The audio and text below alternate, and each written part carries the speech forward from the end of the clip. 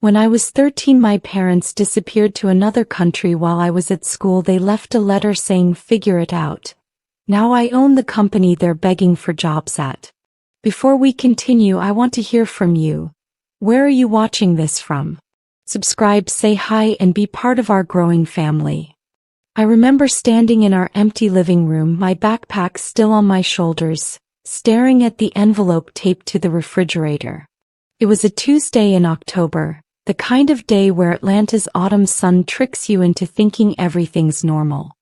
I was 13 years old, and I'd just gotten home from Kennedy Middle School expecting Mom's cornbread and Dad's terrible jokes about my algebra homework. The house felt wrong immediately. Too quiet. Too still. Mom's coffee mug wasn't in the sink. Dad's work boots weren't by the door. I called out, my voice cracking slightly, "Mama? Daddy?" Nothing but the hum of the refrigerator answered me. My hands shook as I pulled the envelope down. Inside one page. Dad's handwriting, messy like always. And we got an opportunity in Dubai we couldn't pass up. The house is paid for 6 months. There's money in the account for food. You're smart. Figure it out. We'll send for you when we're settled. Love, Mom and Dad. I read it 7 times. My knees buckled and I slid down the cabinet to the floor, that paper crumpling in my fist. Figure it out. I was 13. I couldn't even drive. I couldn't sign legal documents. The panic started in my chest, spreading like wildfire through my whole body. That night, I slept in their bed, surrounded by the faint smell of Mom's lotion and Dad's cologne, crying until my head pounded. I kept checking my phone, waiting for them to call and say it was a mistake, a test, anything but real. They never called. The first week, I survived on cereal and frozen pizza, moving through our 3-bedroom house like a ghost. I told my best friend Kayla's mom that mine had the flu when she asked why Mom didn't pick me up from school. I told my teachers everything was fine when they noticed my wrinkled clothes. Lying became my second language because the truth was too humiliating to speak. "Girl, you sure your mama's okay?" Kayla asked during lunch, eyeing my 3rd pack of vending machine crackers. "You've been looking rough." "She's fine," I snapped, immediately regretting my tone. "Just stressed with work stuff." I figured out the online banking by hacking Dad's laptop, his password embarrassingly easy. Our dog's name plus his birth year. $15,000 sat in checking. It seemed like a fortune until I started calculating. House paid for 6 months meant by April I'd be homeless. Food, utilities, my phone bill, school supplies. I made spreadsheets that would make accountants weep. I learned to forge Mom's signature on permission slips. I scheduled the lawn service to come monthly so neighbors wouldn't ask questions. I kept every light on timers so the house looked lived in. At 13, I became a con artist out of necessity, my childhood traded for survival skills. But the worst part? I kept hoping they'd come back. Every car door outside made my heart jump. Every unknown number made me think, this is it. They're sorry. They're coming home. But weeks turned into months, and that hope became a weapon I used to hurt myself daily. By January, I'd lost 15 pounds I didn't have to lose. My guidance counselor, Mrs. Patterson, a kind black woman who reminded me of my grandmother, cornered me after dismissal. "And Johnson, you sit down right now," she commanded, closing her office door. "Where are your parents?" I opened my mouth to lie, but something in her eyes made me crumble. The truth spilled out in ugly, gasping sobs. Everything. The letter. The abandonment. My desperate attempts to hold everything together. She listened without interruption, her hand gripping mine tighter with each revelation. "Baby girl, we need to call CPS." "No." I yanked my hand back. "They'll put me in the system. Split me up from everything I know. My parents are coming back, they just need time." "Anne." Her voice turned steel firm. "They abandoned you. That's not love, that's criminal." But she didn't call.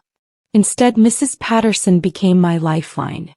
She brought groceries weekly, disguised as extras from Costco. She helped me forge documents for school. She taught me to cook real meals. She was the parent my biological ones refused to be, and I loved her fiercely for it. "Why are you helping me?" I asked one evening as she showed me how to balance a checkbook. She looked at me with such sadness. "Because I see potential in you that your parents were too selfish to nurture. And because you deserve better than what they gave you." In February, the first email arrived. Subject line: Update from Dubai. My hand hovered over my mouse. Part of me wanted to delete it unread, to pretend they didn't exist like they'd pretended I didn't. But that wounded 13-year-old inside me needed to know they at least thought about me occasionally. "And things are going amazing here. Your father landed a junior consultant position at Morrison & Associates. I'm working as a receptionist. The money's incredible and we're finally living the life we deserved. The apartment overlooks the marina. You'd love it. We'll definitely send for you once we upgrade to a bigger place. Keep being strong. Love, Mom." No, "How are you?" No, "We're sorry." No acknowledgement that they'd dumped their child like unwanted furniture. Just their excitement about their new life, written like a vacation postcard. I threw up in the kitchen sink, rage and hurt mixing into something toxic in my stomach. I wrote back, fingers slamming keys. "I'm managing. School's fine. House is fine. Everything's fine without you." Short, told exactly what they deserved. Their responses came monthly after that, each one a masterclass in parental narcissism. They sent photos of themselves at brunches, on beaches, at company events. Living their best life while I was learning to grocery shop with coupons and wearing the same 6 outfits on rotation because I'd outgrown everything else. "We're so proud of you for handling everything." Mom wrote in April. Proud. The word made me want to scream. The eviction notice came on a Monday. I'd known it was coming. The money ran out exactly when I'd calculated it would.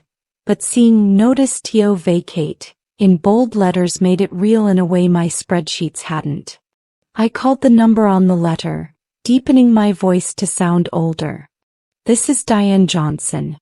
I need to discuss the property at 847 Maple Drive. Ma'am, the account is 5 months delinquent. We need $15,000 immediately or the property enters foreclosure proceedings." $15,000. The exact amount they'd left me, now gone on survival. That night, I sat in the dark living room, surrounded by the life they'd abandoned, and I made a decision. I wasn't calling CPS. I wasn't becoming a statistic. I was going to survive, and then I was going to thrive, and one day I was going to make them regret every single choice that led to this moment. I emailed them, keeping my tone neutral. "House is in foreclosure. Need money immediately or I'm homeless." Dad's response came within an hour. "And we're between paychecks right now. Can you stay with Kayla's family temporarily? We'll figure something out next month." Next month. Always next month. Never now, never when I actually needed them. Mrs. Patterson found me the next day, told her husband Carl the situation. "You're staying with us," she announced, leaving no room for argument. "Pack what you need." I moved into their guest room with my clothes in trash bags, my dignity in tatters, but my resolve hardening into something unbreakable. The Patterson house was everything mine wasn't: warm, noisy, filled with actual love. Mrs. Patterson had 3 kids. Julian was 17 and treated me like the little sister he'd always wanted. Esther was 15 and immediately insisted we share clothes. And little Deshawn was 8 and thought having me there was the coolest thing ever. "You know your family now, right?" Julian said one night while helping me with calculus homework I'd struggled through alone for months. "Like permanent family. Not the DNA kind, the choice kind. And that's better." I cried into my textbook, overwhelmed by simple kindness. But I couldn't forget what my parents did. Every morning I woke up angry, that rage becoming fuel. I started working at 14. Mrs. Patterson helped me get a work permit with forged parental signatures. I cleaned houses on weekends, worked retail after school, saved every single dollar with an obsession that bordered on unhealthy. "You don't have to do this," Mr. Carl would say, watching me calculate my earnings at their kitchen table. "We're taking care of you." "I know," I'd reply, "but I need to take care of myself." Meanwhile, my parents' emails continued, each one more detached than the last. They'd been promoted. They were saving for a bigger apartment. Dad joined a yacht club. Mom started taking art classes. Their life was a magazine spread while I was working 3 jobs and finishing high school. "How's school?" Mom asked in one email. "Fine," I wrote back. Always fine. Never the truth that I'd made honor roll while homeless. Never the truth that I was thriving despite them. Senior year, I applied to Georgetown University's business program with a personal essay that made my English teacher cry. I didn't tell them about my parents' abandonment. Instead, I wrote about resilience, about the community that raised me when biology failed, about Mrs. Patterson who taught me that family is a choice. The acceptance letter came with a full scholarship. Full ride. Room, board, books, everything. I'd done it. I'd survived and I was getting out. I called my parents for the first time in 4 years. Mom answered on the 3rd ring, her voice bright and fake. "Anne, oh my God, sweetie, we were just talking about you. How are you?" "I got into Georgetown," I said flatly. "Full scholarship." Silence. "Then, that's wonderful. We always knew you were smart." "Don't." My voice was ice. "Don't act like you had anything to do with this. You left me when I was 13. I survived despite you, not because of you. And that's not fair." Dad's voice now, he'd grabbed the phone. "We did what was best for the family's future." I was the family. I screamed, years of pain erupting. "I was your daughter and you abandoned me like garbage. You don't get to be proud now." I hung up. My hands shook so badly that Julian had to take the phone from me. But God, it felt good to finally say it, to finally stop pretending everything was fine. Mrs. Patterson held me while I sobbed. "That's my girl," she whispered. "You tell your truth." Georgetown transformed me. I majored in business administration, minored in finance, and attacked my education like someone possessed. While other freshmen partied, I networked. While they slept in, I attended 6 a.m. entrepreneur seminars. I had something they didn't: rage channeled into ambition. My professor, Dr. Williams, pulled me aside after a particularly brutal presentation where I demolished a corporate merger case study. "Miss Johnson, you have a gift. You see patterns others miss. Have you considered venture capital?" I hadn't. But I started researching immediately. By sophomore year, I was interning at a DC investment firm, learning how money really worked. Not the survival budgeting I'd mastered at 13, but the kind of money that built empires. I studied companies, identified trends, learned to read financial statements like poetry. My parents' emails had stopped after my outburst. Good. I didn't need their hollow encouragement. Then junior year, an email from Dad. "And I hope you're doing well. We've been following your LinkedIn. Very impressive. I wanted to let you know that I've been promoted to senior consultant at Morrison & Associates. We're moving back to the States. New York office. Maybe we could meet up." I stared at that message for 20 minutes, my stomach churning. They were coming back like nothing happened. Like they could just slide back into my life after 5 years of silence. I didn't respond. Let them wonder. Let them feel a fraction of the uncertainty they'd left me with. Senior year thesis. Disruption in legacy consulting firms. How modern VC-backed startups are displacing traditional models. I researched Morrison and Associates extensively. They were struggling, losing market share to agile startups, hemorrhaging talent to companies that actually valued employees. They were vulnerable. My thesis advisor didn't understand why I smiled while writing about their declining revenue projections. "You seem almost pleased by their failures," she observed. "Just appreciating market forces," I replied smoothly. I graduated summa cum laude. Mrs. Patterson, Mr. Carl, Julian, Esther, and Deshawn sat front row, screaming when I crossed that stage. My real family. The one I chose and who chose me. My parents sent a card. "Congratulations on your graduation. We knew you could do it. Love, Mom and Dad." I burned it in Mrs. Patterson's fireplace. Post-graduation, I joined a boutique venture capital firm in New York. My specialty? Identifying failing traditional businesses ripe for disruption. I was good at it. Ruthlessly good. Within a year, I was promoted to junior partner. Within 2 years, I had enough capital and connections to start planning something bigger. I was 24 when I started building my own consulting firm. Not from scratch. I found a struggling boutique operation, bought them out with backing from investors who trusted my vision, and transformed them into something revolutionary. Data-driven. Everything Morrison and Associates wasn't.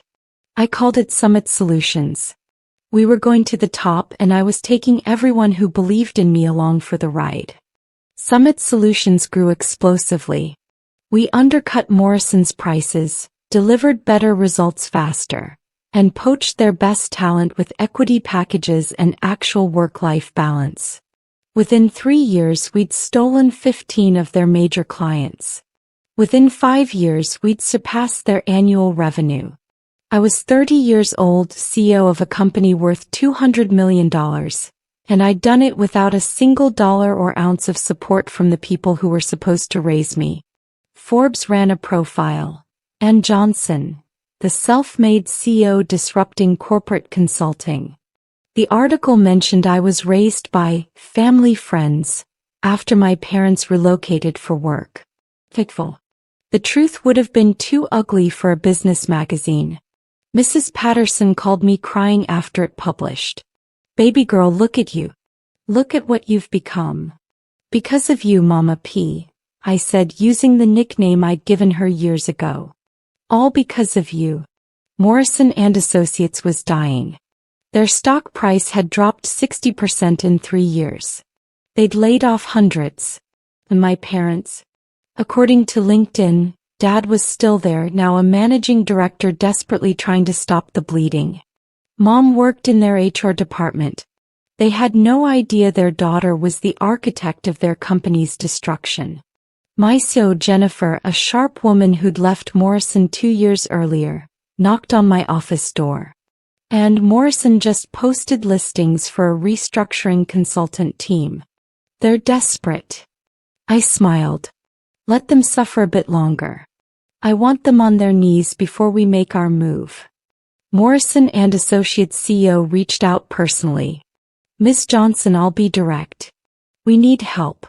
Your firm has been eating our lunch for 5 years. We'd like to explore a partnership or acquisition." I scheduled the meeting for Summit's conference room. Power play, make them come to me. The day of the meeting, I dressed in my favorite Armani suit, the black one that said, "I own this room." I had my team prepare a presentation that would simultaneously impress them and humiliate them with how much better we were. The Morrison delegation arrived at 2 p.m. sharp. 7 people, including their CEO, CFO, and, my breath caught, my father. He'd aged badly. Gray hair, deep lines around his eyes, the cocky energy I remembered replaced with something desperate. He walked into my conference room, started to sit, then froze when he saw me at the head of the table. "Anne." His voice cracked. You're the CEO? "Mr. Johnson." I didn't use Dad. "Please sit. We have a lot to discuss." I watched him process it. Watched him realize that the daughter he'd abandoned with a note and $15,000 was now the only thing standing between his company and total collapse. The color drained from his face. Mom wasn't there. Probably didn't rate high enough for the meeting. Let's talk about Morrison and Associates failures. I began, clicking to the first slide. And how Summit Solutions can help, for the right price. For the next 2 hours, I destroyed them professionally. Every misstep they'd made, every client they'd lost to us, every outdated practice we'd exploited. Dad sat silent, his hands shaking slightly. After the presentation, the CEO asked for a private conversation. Just you and me, Ms. Johnson. ICO stays, I said firmly. Jennifer nodded, standing beside me.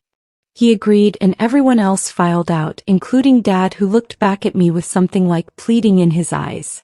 I stared through him until he left. Ms. Johnson, I'll be frank. Morrison needs a buyout. We're months from bankruptcy. Your presentation proved you're the right buyer. Name your terms. Jennifer and I exchanged glances. We'd prepared for this. 60 million. Full acquisition. I keep who I want, restructure the rest. Non-negotiable. Done. I'll have legal draw up papers by Monday. After he left, Jennifer let out a breath. That was your father in there. The managing director. I remembered him when I worked there. Johnson, same last name. I should have connected it. He's not my father, I said coldly. He's an employee at a company I'm about to own. That's all he gets to be. That weekend I called Mrs. Patterson. Mama P, I need advice. I'm about to own the company that my parents work for. I'm about to have power over them. And I want to destroy them, but I don't know if that makes me like them. Her silence stretched long. Baby girl, revenge won't heal what they broke. But boundaries, consequences, those are healthy. You decide what they deserve, but don't lose yourself doing it. I thought about that. Hard. Monday, Morrison and Associates officially became a Summit Solutions subsidiary. I scheduled an all-hands meeting for Friday, wanting the weekend to let panic marinate. My father emailed me Tuesday. And can we please talk? Your mother and we need to explain. I replied, Friday. All-hands meeting. You'll hear everything then. Friday arrived gray and cold, perfect pathetic fallacy. I stood before 200 former Morrison employees in their largest conference room, now technically my employees, and began. I'm Johnson, CEO of Summit Solutions. Many of you don't know my story, so let me share it. When I was 13 years old, my parents left me alone in Atlanta to pursue opportunities in Dubai. They left a note saying, figure it out, and disappeared to this very company. For 5 years, I raised myself with help from people who owed me nothing but gave me everything. I built Summit Solutions from rage and resilience and spite. And now, I own the company that my parents chose over me. The room was dead silent. I found my parents in the crowd. Mom had showed up to this one. Both looked horrified. Here's what happens next. Morrison is being restructured. 60% of current management will be let go. HR is getting completely rebuilt. Nepotism and incompetence enabled too much here. Performance reviews start Monday. If you're good at your job, you stay. If you're not, you're gone. No exceptions. Dad raised his hand, shaking. And please. Mr. and Mrs. Johnson, I cut him off, my voice carrying through the room. Your employment is terminated effective immediately. Severance packages will reflect your years of service. Security will escort you out. Mom started crying. Baby, please, we made mistakes. You made choices. Choices have consequences. You taught me that at 13. I'm simply returning the lesson. Security moved forward. I watched my parents being escorted from the building, Dad trying to meet my eyes while Mom sobbed. I felt nothing. No satisfaction. No guilt. Just empty. Later, Jennifer found me in my office, staring at Atlanta's skyline through my window. You okay, boss? They didn't apologize, I said softly. Not once. Even at the end they just made excuses. Some people never learn. But you learned everything. You won. I thought about Mrs. Patterson, about Julian and Esther and Deshawn. About the people who chose to love me when biology failed. About the empire I'd built not for revenge, but because I refused to let their abandonment define my limits. Yeah, I finally smiled. I did win. Just not the way I expected. My parents tried calling. I blocked them. They sent letters. I returned them unopened. They showed up at Summit once. Security removed them. I didn't need closure from them.